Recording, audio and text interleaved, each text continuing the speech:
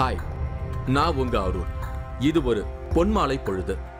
என்னோட இந்த டிராவல்ல நான் ஒரு 60 வயசு பாட்டியை தான் சந்திக்கவிருக்கேன். நான் ஏன் அந்த பாட்டியை சந்திக்க போறேன்னு யோசிக்கிறீங்களா? ஏன்னா அந்த பாட்டி தான் தன்னை பிரச்சனைன்னு தேடி வரவங்களுக்காக முள் மேல ஏறி சாமியாடி வாக்கு சொல்லி வந்தவங்க பிரச்சனையை தீர்க்கிறதா எனக்கு தகவல் சொல்லி இருந்தாங்க.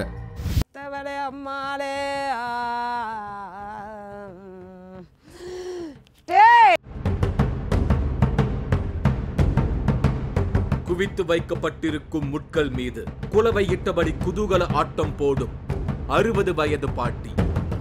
ரத்த காயம் இல்லாம இந்த அளவுக்கு அருள்வாக்கு சொல்றாங்கன்னா இது மெய் சிலிர்க்க வைக்குது. அம்மனின் சக்தி இறங்கி ஆக்ரோஷமாக அரங்கேறும் ஒரு அமானுஷ்யம்.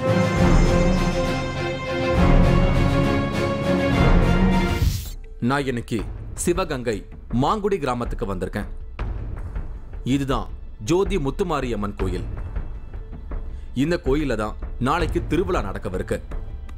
அந்த திருவிழா நேரத்துல 60 வயசை கடந்த பாண்டியம்மா முள் மேல உட்கார்ந்து வாக்கு சொல்றது இந்த சுத்து வட்டாரத்துல ரொம்பவே பிரபலம். முள் மேல உட்கார்ந்து பாண்டியம்மா வாக்கு சொல்றதுக்காக இன்னைக்கு முள் ரெடியா இருந்தது. கோயில் முன்னால வெவ்வேறு வகையான முட்களை குவிச்சு வச்சிருந்தாங்க.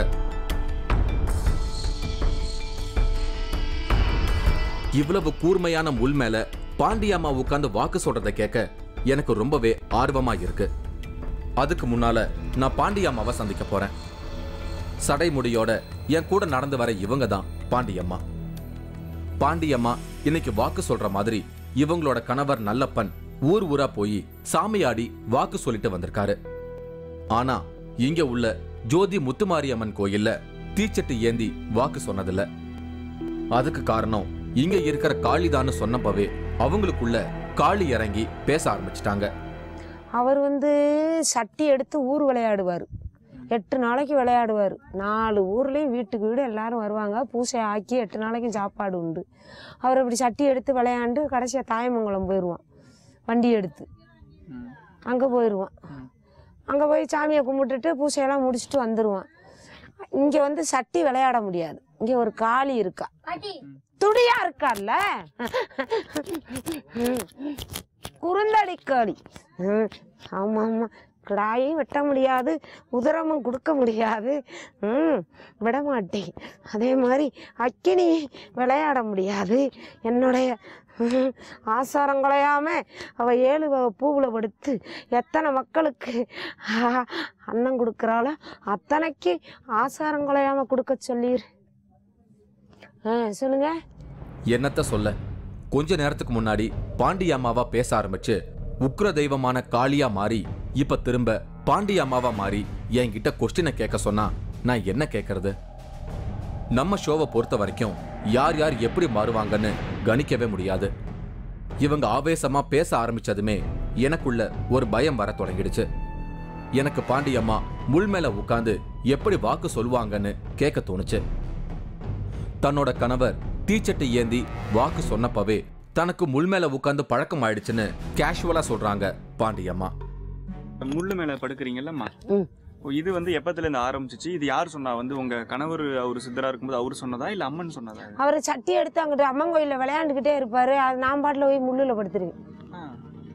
அப்புறம் எந்திரிச்சு வீட்டுக்கு வந்துருவேன். நான் அவர் சட்டியை வளர்த்து அம்மன் கோயில்ல அப்படி விளையாண்டுக்கிட்டு இருப்பாரு. நான் அப்படியே போய் முள்ளுல படுத்துருவேன். அப்புறம் எந்திரிச்சு வந்துருவேன். அவர் ஊர் விளையாட போயிடுவாரு, நாங்க சாதம் கொண்டு போயிடுவோம். ஆனா அவர் இறந்தப்போ தான் பட்ட கஷ்டத்தையும் இவங்க மறக்கல. நான் 3 ரவ்வு பட்னியாக இருந்திருப்பேன், 3 பகல் பட்னியாக இருந்திருப்பேன். எங்கள் கணவனை விட்டுட்டு, என்னுடைய கணவனை கை விட்டுட்டு, நான் வழியில் உறவுலாம் கூப்பிட்டு சாப்பாடு கொடுத்ததுக்கு என் கணவனை விட்ட பிற்பாடு கஞ்சி இல்லாமல் ரொம்ப நாள்லாம் இருந்திருக்கேன். பட்டினியாகவே இருந்திருக்கேன். ரொம்ப நாள் சாப்பிடாமலாம் இருந்திருப்பேன். நைட்டில் தண்ணியை குடிச்சிட்டு பேசாமல் படுப்பேன். காலையில் எந்திரிச்சு கேப்ப மாவை வாங்கி அப்படியே கிண்டி அதை 2 வேளைக்கு வச்சுக்கிருவேன். ஒரு வேளை சும்மா இருந்துருவேன். அந்த கட்டடத்தில் போய் 35 ரூபா வேலை பார்த்து 300 ரூபா. இப்போ 350 ரூபா வாங்குறோம். நான் இப்போ நல்லா சாப்பிட்றேன். வருஷத்துக்கு ஒரு தடவை நடக்கிற திருவிழாவில் இவங்க முள் மேல படுக்கும்போது எந்த வலியும் இது வரைக்கும் உணர்ந்ததில்லையா. அதுக்கு காரணம் அம்மனோட சக்தி தான சொல்றாங்க பாண்டியம்மா. காராமுள்ளு, சூறாமுள்ளு, வேளாமுள்ளு, கத்தாழ முள்ளு, ஈச்ச முள்ளு, இளந்த முள்ளு, வேலிக்கத்தை முள்ளு, 7 வகை முள்ளு போடுறோம். ஏமா அப்படி இந்த 7 வகை போடணும்? அதுக்கு ஏதாவது காரணம்? அது 7 வகை போட்டால் எல்லா மக்களுக்கும் அதில் வந்து ஒரு சுகச்சி நடக்கும். குழந்தைடா குழந்தை கொடுக்கும், கல்யாணம் முடியாது கல்யாணம் முடியும், பெரிய ஒன்றாகாது பெரிய ஒன்றாகும், எல்லா தன்மையும் அதில் எல்லாம் கொடுக்கும். பாண்டியம்மா நாளைக்கு 7 வகையான முள் மேல உட்கார்ந்து வாக்கு சொல்லவிருக்காங்க.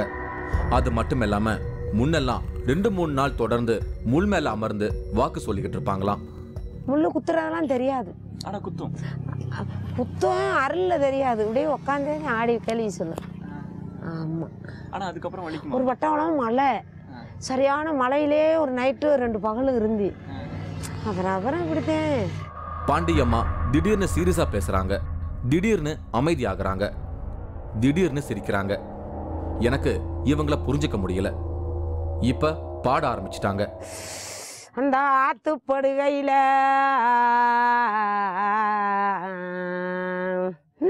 அங்க அள்ளி எறிஞ்ச நடி ஆவதெளிஞ்ச நடி, அங்க கொஞ்சி பிடிச்ச நடி கூப்பிட்டு பேசுனண்டி, அந்த கத்தி போல் இலையே கதற விட்டு பார்த்தாலே, இட்டி போல் இலையே எங்கு விட்டு பார்த்தாலே, உன் பம்பா பிறந்ததுடி பளிங்கிக்கா மண்டபமா, அங்க வாராளே இருளா இவ. ஏதோ ஒரு சோகத்தை அந்த பாட்டுல வார்த்தையா பரப்பி இருந்தாங்க. என்ன பெத்தவளே அம்மாளே,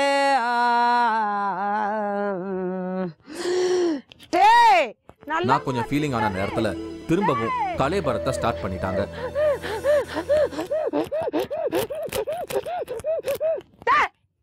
சித்தரா பிறந்து முத்திரைய துக்குனி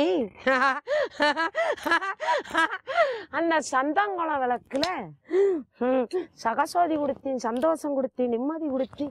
ஆமா வா வா வருதியோட ஏய் ஆமா தூக்குனி, ஆத்துல தூக்குனி காவடி, இருளனுடைய காவடி எட்டி எரிஞ்சி எந்திரிச்சு நின்று சகசோதி கொடுத்தி.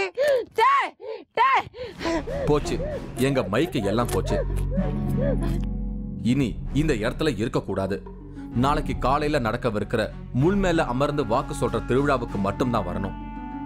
மறுநாள் காலை நான் இன்னைக்கு சிவகங்கை மாவட்டத்தில் தான் இருக்கேன். சிவகங்கையிலிருந்து மானாமதுரை போகிற வழியில் இருக்கிற மாங்குடி விளக்கு, இங்கே தான் ஜோதி முத்துமாரியம்மன் கோவில் இருக்குது.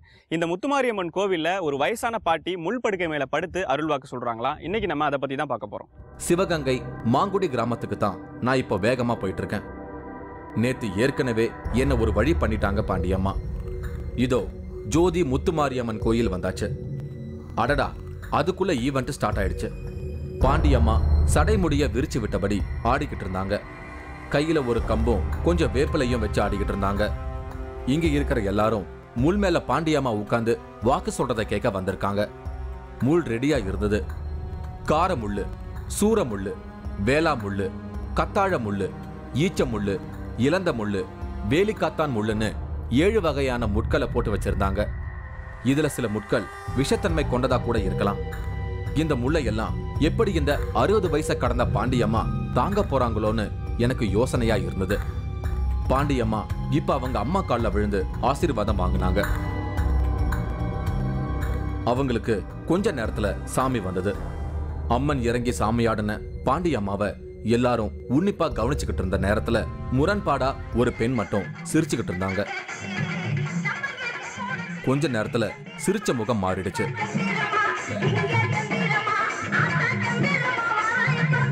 இதோ சாமியாட ஆரம்பிச்சிட்டாங்க.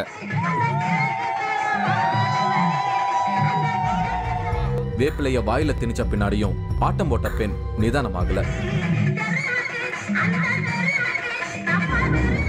ஒரு கட்டத்துல மயங்கி கீழே சரிஞ்சு விழுந்துட்டாங்க. நல்ல வேலை முள்ளு மேல அவங்க விழல.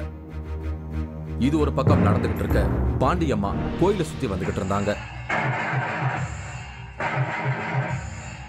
இங்க கொட்டு மேளம் இல்லைன்னாலும் தேவாவோட குரலை ஒழிச்ச பாட்டுகள் ஒரு பக்தி ஃபீலை கொடுத்தது.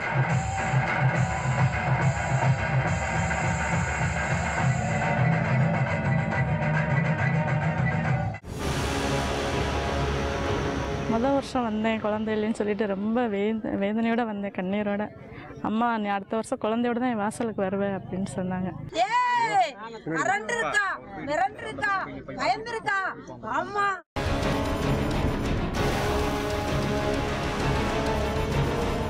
ஆச்சி மசாலா வழங்கும் 3வது கண் powered by twin birds legging. இடைவேளைக்கு பின் தொடரும்.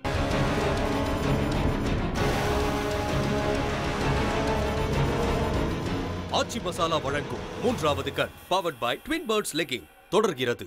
நான் இன்னைக்கு சிவகங்கை பக்கத்துல இருக்கிற மாங்குடி கிராமத்துக்கு வந்திருக்கேன்.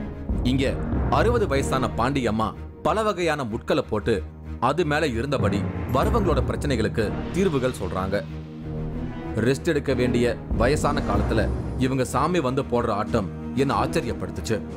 பாண்டியம்மா முள்ள பார்த்துக்கிட்டே ஆடினாங்க.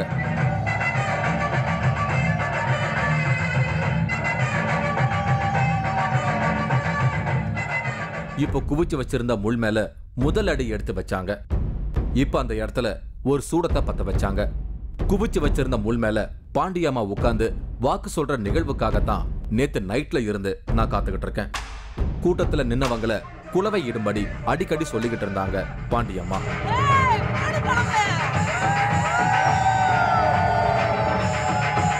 இதோ முள் மேல ஏற ஆரம்பிச்சிட்டாங்க. ரொம்பவே சாவகாசமா அந்த முள் மேல பாண்டியம்மா ஏறி நிக்கிறது என்ன அறியாமலேயே எனக்குள்ள ஒரு பதட்டத்தை உருவாக்குச்சு. அடுத்ததா முள் மேல படுத்துக்கிட்டாங்க. பாண்டியம்மா நடந்துக்கிறத பாக்குறப்ப இது முள் மெத்தையா இல்ல பஞ்சு மெத்தையான்னு டவுட் வருது. இப்போ திரும்ப எழுந்து உட்கார்ந்தாங்க. உட்கார்ந்தபடியே துள்ளி குதிக்கவும் செய்யறாங்க பாண்டியம்மா. தனக்குள்ள ஒரு சக்தி இறங்கி இவங்க முள் மேல ஏறி ஆடுறதையெல்லாம் யாரும் விளையாட்டா கூட ட்ரை பண்ணி பார்க்காதீங்க. அது வேற ஒரு விபரீதத்துல கொண்டு போய் விட்டுரும்.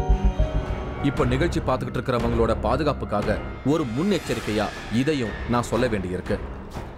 பாட்டிக்கு அருள் வந்ததுக்கு அப்புறம் இந்த கோவிலை சுத்தி வந்தாங்க. சுத்தி வந்துட்டு இந்த முள்ளு மேல ஏறி மேல நிக்க ஆரம்பிச்சாங்க. சரி, நின்னதுக்கு அப்புறம் அருள் வாக்கு சொல்லுவாங்க அப்படின்னு நினைச்சா முள்ளு மேல ஏறி குதிக்க ஆரம்பிச்சிட்டாங்க. அருள் வந்து முள்ளு மேலேயே குதிச்சு அது மேலேயே அப்படியே படுத்து பிறண்டாங்க அந்த இடத்துல. ஸோ அதை பார்க்கறதுக்கு உண்மையிலேயே ரொம்ப கஷ்டமா இருந்துச்சு. ஆனா அருள் இல்லாம யாராலையும் இப்படிலாம் பண்ண முடியாது அப்படிங்கிற விஷயம் மட்டும் எனக்கு தெரிஞ்சிச்சு. ஆடிக்கிட்டே இருந்தவங்க ஒரு கட்டத்துல முள் மேல படுத்துக்கிட்டாங்க. கூட்டம் குலவை இட தொடங்கினாங்க. இப்போ பாண்டியம்மா எந்திரிச்சு உட்கார்ந்து வாக்கு சொல்ல தொடங்கினாங்க. ஒரு சின்ன பெண்ணை பாண்டியம்மா முன்னாடி நிறுத்தினாங்க. இந்த பொண்ணோட பேரு சந்தோஷ். இந்த பெண்ணுக்கு வயசுக்கேத்த மூளை வளர்ச்சி இல்லாம இருக்கிறதால இவங்களுக்கு வாக்கு சொன்னாங்க பாண்டியம்மா.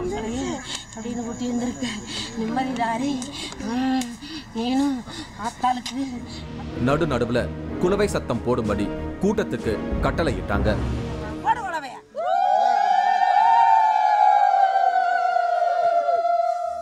கொஞ்ச நேரம் கழிச்சு இன்னும் 5 மாசத்துல இந்த சிறுமிக்கு முழுசா குணமடையும்னு வாக்கு சொன்னாங்க. நான் 5 மாசம் தேக்குறேன், உனக்கு மாத்துறேன், கூப்பிட்டு வர்றேன், கூட்டி கொண்டே 5 சுத்து போ. திருநீர் பூசினதும் சிறுமிய அழைச்சிட்டு போயிட்டாங்க. இப்ப அடுத்ததா வந்த சிறுமிக்கு வாக்கு சொல்ல தொடங்கினாங்க.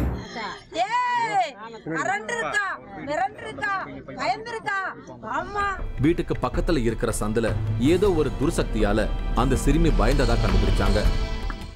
வீட்டுக்கும் பக்கத்துல ஒரு சந்து போகுது, ஓடுது. கிழக்கு மேற்குல ஒரு சந்து, தெற்கு வடக்குல ஒரு சந்து போகுது. அத விரட்ட தன்னோட பிரம்பை எடுத்துட்டு வர சொன்னாங்க. தன்னோட கைப்படாம தட்டுல இருந்த திருநீரை பிரம்பால எடுத்து கொடுத்தாங்க பாண்டியம்மா.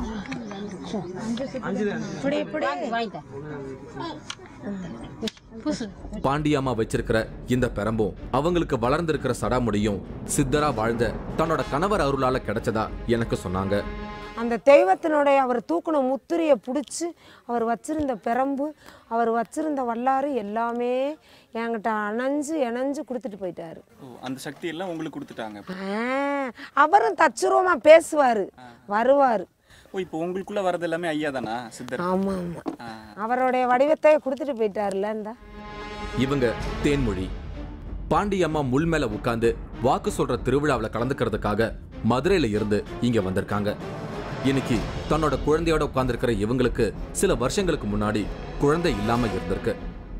டாக்டரை காமிக்கும் போது அவங்க வந்து போனால் ஒரு சும்மா 3 மாதத்துக்கு ஒரு செக்கப் பண்ணணும், சும்மா ஸ்கேன் எடுக்கணும், கண்டிப்பாக உங்களுக்கு இருக்குது, நீங்கள் எங்கே போய் பாருங்கள், எங்களோட பெரிய டாக்டர் இருக்காங்க, அவங்களுக்கு எழுதி தரோம், அவங்கள்ட்ட போய் பாருங்கள் அப்படின்னு சொல்லுவாங்க. அதனால் 2 வருஷத்துக்கு முன்னாடி மெட்ராஸ்லாம் போய் இந்த பெட் ரெஸ்ட் எடுத்து குழந்தை வைப்பாங்க, அந்த மாதிரிலாம் போய் இருந்தோம். 1 மாதம் ஃப்ரெண்ட்ஸ் வீட்டில் தங்கி இருந்தோம். அப்படி இருந்தும் 1 மாதம்தான் ஊசி போட்டு இது பண்ணுறோன்னு சொன்னாங்க. அப்புறம் தான் ஒன்றும் நடக்கலை. அதோட வெறுத்து வந்துட்டோம், இனிமேல் ஹாஸ்பிட்டலே பார்க்கக்கூடாது அப்படின்னு. குழந்தை இல்லாம இருந்த தேன்மொழிய டாக்டர்ஸ் கைவிட்ட நிலையில பாண்டியம்மாவை ஒரு தடவை சந்திச்சிருக்காங்க. அவங்க சொன்ன வாக்கு இன்னைக்கு தனக்கு குழந்தை கொடுத்திருப்பதா மகிழ்ச்சியோட சொல்றாங்க தேன்மொழி. நான் வந்து அம்மாட்ட வந்து குழந்தை இல்லைன்னு வந்தேன். வருஷம் வந்தேன், குழந்தை இல்லைன்னு சொல்லிட்டு ரொம்ப வேதனையோட வந்தேன், கண்ணீரோட. அம்மா நீ அடுத்த வருஷம் குழந்தையோட தான் என் வாசலுக்கு வருவேன் அப்படின்னு சொன்னாங்க. இந்த ஈச்ச மரம் ஈஞ்சிருக்கு பாருங்க, அதை 3 தடவை சுற்றிட்டு விழுந்து கும்பிட்டு போக சொன்னாங்க. இப்போ கும்பிட்டுட்டு போன வருஷம் பாப்பா கன்சீவ் ஆகிட்டாங்க. 50 மாதம் இங்கே தான் வந்து வளைய போட்டோம். அம்மா தான் போட்டு விட்டாங்க, வளையல் போட்டு விட்டாங்க. அதுக்கப்புறம் தான் வீட்டில் போய் தனியாக அப்புறம் இன்னொரு தடவை போட்டோம். ரொம்ப சந்தோஷமாக இருக்கேன். உலகத்தில் எனக்கு எவ்வளோ கிடைச்ச மாதிரி இருக்கு, என் பாப்பா கிடைச்சது எனக்கு. இவரு மாரிமுத்து ரியல் எஸ்டேட் தொழில் செஞ்சுக்கிட்டு இருந்த தன்னை அரசியல்ல நுழைச்சதே பாண்டியம்மா தான்னு சொல்றாரு மாரிமுத்து. நான் ஒரு நேர்த்தி கடை வச்சுருந்தேன். அந்த நேர்த்தி கடை செலுத்துறதுக்காண்டி குடும்பத்தோடு இங்கே வந்திருந்தேன். வந்திருக்கையில் அவங்களாம் வந்து இந்த மாதிரி நீ உனக்கு அந்த அரசியல் முகப்பு தோற்றம் இருக்குது, நீ அரசியலில் அந்த நீ தலைவராகிறதுக்கான வாய்ப்புகள் இருக்குது, நீ கண்டிப்பாக சீட் எடு, வெற்றி பெறுவ அப்படின்ற வாக்குறுதிகளை அவங்களாம் கொடுத்தாங்க. அப்படி ஒரு எண்ணம் இல்லை. சரி என்ன இவங்க இப்படி சொல்கிறாங்களே அப்படின்னு ஒரு வீட்டில் கலந்துக்கிட்டு அது 2011 அந்த உள்ளாட்சி தேர்தல் அந்த நடைமுறைக்கு வருது. அப்போ யதார்த்தமாக தான் நான் போய் என்னுடைய கட்சியில் சீட்டு கேட்டு என் பகுதியில் கவுன்சிலருக்காக நான் சீட்டு இறங்கி வாய்ப்பு இறங்கினேன். எல்லாத்தையும் காட்டிலையும் ஆளுங்கட்சியும் எல்லாம் மற்ற கட்சிகள் என்னை எதிர்த்துன்றவளை காட்டிலையும் அதிக வாக்கில் என்ன சொன்னாங்களோ நீ 1000க்கு மேலே வாக்குகள் வித்தியாசத்தில் நீ கண்டிப்பாக வெற்றி வருவ, உன்னால் அந்த தகுதி இருக்குது அப்படின்னு சொல்லி தத்துரூபமாக சொன்னாங்க. நேரடியாக சொன்னால் அது பாருங்கள், அந்த சொன்ன வாக்குறுதிக்கே வந்து எல்லாத்தையும் காட்டிலையும் அதிகமான வாக்குகள் வித்தியாசத்தில் நான் அந்த பகுதியில் ஜெயித்தேன். பாண்டியம்மா சொன்ன மாதிரியே இன்னைக்கு இவரு கவுன்சிலர் ஆயிட்டாரு. அதனால இந்த கோயில நடக்கிற எல்லா ஃபங்க்ஷன்லயும் கலந்துக்கிறத வழக்கமா வச்சிருக்காரு மாரிமுத்து. அது மட்டும் இல்லாம பாண்டியம்மா கொடுத்த எலுமிச்சம்பழத்தை இன்னைக்கு வரைக்கும் பாதுகாப்பா கும்பிட்டுட்டு வராராம் மாரிமுத்து. அந்த முத கொடுத்த அடுத்த நிமிஷமே நான் அந்த விஷயத்தில் நான் போய் மறுபடியும் வெற்றி பெற்ற பிறகு மறுபடியும் கொடுத்த அந்த எலுமிச்சம்பழம் தான் இந்த பழம். இது ரெண்டையும் இன்றைக்கும் வந்து நான் எந்த விஷயத்துக்கு வெளியில் கிளம்புனாலும் சரி இதை எடுத்து வச்சு பூஜை ரூமில் வச்சு வணங்கிட்டு தான் போகிறேன். ஒவ்வொரு நிமிஷமும் இந்த மாதிரி இது பூராமே அடுத்தடுத்து கொடுத்த பழம் தான். அதனால் வந்து அந்த அம்மாவினுடைய அருள் வந்து இந்த கனி மூலமாக தான் வந்து பல விஷயங்களை வெற்றிக்கு கொண்டு போகிறது. இது வந்து ஒரு மீல்ஸில் இருக்கக்கூடிய விஷயமாக நடக்குது.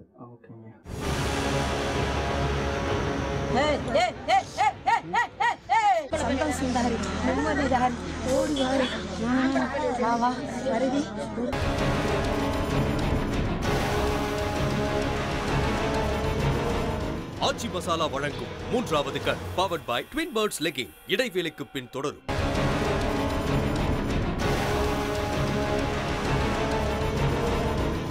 ஆச்சி மசாலா வழங்கும் 3வது கண் powered by twin birds legging தொடர்கிறது. இன்னைக்கு நான் சிவகங்கைக்கு பக்கத்துல இருக்கும் மாங்குடி கிராமத்துக்கு வந்திருக்கேன். இங்க 60 வயசான பாட்டி பாண்டியம்மா முட்கள் மேல ஆடி வாக்கு சொல்றாங்க. அப்படி ஒரு விபரீதமான காட்சிகளை தான் நான் இப்ப பாத்துக்கிட்டு இருக்கேன். பாண்டியம்மா கடந்த 2 மணி நேரமா வாக்கு சொல்லிக்கிட்டு இருக்காங்க. திருவிழா நேரம் மட்டும் இல்லாம சாதாரணமா செவ்வாய் வெள்ளிக்கிழமைகள்லயும் முள் மேல உட்கார்ந்து வாக்கு சொல்றாங்க.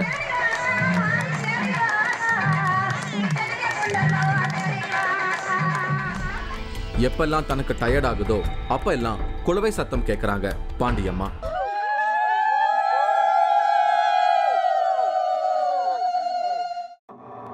பாண்டியம்மா யார் பேரையும் சொல்லி அழைச்சு வாக்கு சொல்றதில்ல. யாரு முன்னாடி நிக்கிறாங்கன்னு பார்த்து வாக்கு சொல்றதில்ல. கூட்டத்துல நிக்கும் யாரோ ஒருத்தர் பக்கம் திரும்புறாங்க. திடீர்னு அவங்க கேட்க வந்த விஷயத்த புட்டு வைக்கிறாங்க. அக்கினி சட்டி தூக்கு. அலையாம விளையாடுறி, அலம்பாம விளையாடுறி, சிந்தாம விளையாடுறி, செதறாம விளையாடுறி. வர்றி உங்க நானும் வாரி அவனும் வாரா. விளையாண்டு பாரு, சந்தோஷம் தாரு, நிம்மதி தாரு, ஓடி வாரு. வா வருதி. தான் நினைச்சு வந்த வாக்கு வராதுன்னு நினைச்சு விலகி போறவங்கள இவங்களே வலுக்கட்டாயமா கூட்டு வாக்கு சொல்றாங்க.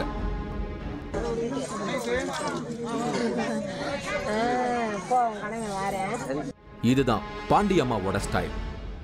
பாண்டியம்மா கிட்ட வாக்கு கேட்கறதுக்காக இன்னமும் கூட்டம் வந்துகிட்டே தான் இருக்கு. ஆனா பாண்டியம்மா வாக்கு சொல்ற டைம் முடிஞ்சு போனதால அவங்க முள்ள விட்டு எந்திரிச்சாங்க. அவங்க சேலையெல்லாம் முள் குத்தி இழுத்தத நான் பார்த்தேன். ஆனாலும் பாருங்க, கொஞ்சம் கூட சலிக்காம முள் மேல நின்று ஆடுறத. என்னத்துக்கு ஆகும் அந்த காலு? செப்பல் இல்லாம வெளியே வராத நான் எங்க, வெறும் காலோட முள் மேல நின்று வெறித்தனமா ஆடுற பாண்டியம்மா எங்கன்னு மனசுக்குள்ள நினைச்சுக்கிட்டேன். கையில இருந்த வேப்பலைய வேற சாப்பிட்டுக்கிட்டே இருந்தாங்க. கோயிலுக்கு முன்னால இருந்த ஈச்ச மரத்தை சுத்தி ஆட்டம் போட்டாங்க பாண்டியம்மா. குழந்தை இல்லாதவங்க வந்தா இந்த ஈச்ச மரத்தை தான் பாண்டியம்மா சுத்தி வர சொல்லுவாங்களாம். அடுத்ததா பாண்டியம்மா மேல தண்ணி ஊத்துனாங்க. ஆட்டம் அடங்கவே இல்லை. எல்லாருக்கும் திருநீர் பூசி விட்டாங்க. இப்ப பாண்டியம்மா கோயிலை சுத்தி ஓடி வந்தாங்க.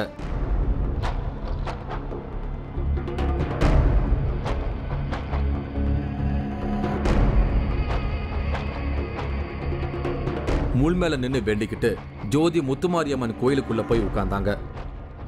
இப்போ கோயில் காட்டுனது சித்தராய் இருந்து இறந்து போன தன்னோட கணவர் நல்ல பண்ணு என்கிட்ட அவரோட போட்டோவை காமிச்சாங்க. இப்ப பாண்டியம்மாவை அழைச்சிட்டு போறதுக்காக தன்னோட காரை எடுத்துட்டு வந்திருந்தாரு பூபதி. பூபதி இந்த கோயிலுக்கு ஒவ்வொரு வருஷம் வரும்போதும் ஒவ்வொரு பொருள் அவருக்கு கிடைச்சிருக்கு. கடைசியா கிடைச்சதுதான் இந்த கார். பாண்டியம்மா இப்போ கோயில இருந்து பூபதியோட கார்ல கிளம்பிட்டாங்க. புயல் அடிச்சு ஓஞ்ச மாதிரி இருந்தது. நானும் இங்கிருந்து கிளம்புறேன். மீண்டும் சந்திக்கும் வரை உங்களிடமிருந்து விடை பெறுவது உங்கள் அருண். இந்த நிகழ்ச்சி நாளை மாலை 4:30 மணிக்கு மறு ஒளிபரப்பாகும். லிட்டர் கணக்கில் ரத்தம் குடிக்கும் ஒரு வினோத மருளாய் நடு சாமத்தில் கும்மி அடித்து கிணற்றில் இறங்கும் காவல் தெய்வங்கள். அவன் கருப்புலிதான், ஆனா சாமின்னு வந்துட்டா அவன் கேணிக்கரையான் மாறிடுவான். உத்தரவு வாங்கிய பிறகும் பலி கேட்கும் கேணி கருப்பு.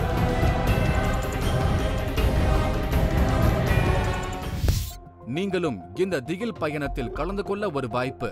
மூன்றாவது கண் டிவி ஷோ என்ற ஃபேஸ்புக் பக்கத்தில் எங்களோடு இணைந்திடுங்கள். உங்களது அமானுஷ்ய அனுபவங்களை பதிவு செய்து இந்த நிகழ்ச்சியில் பங்கு பெறும் வாய்ப்பை பெறுங்கள்.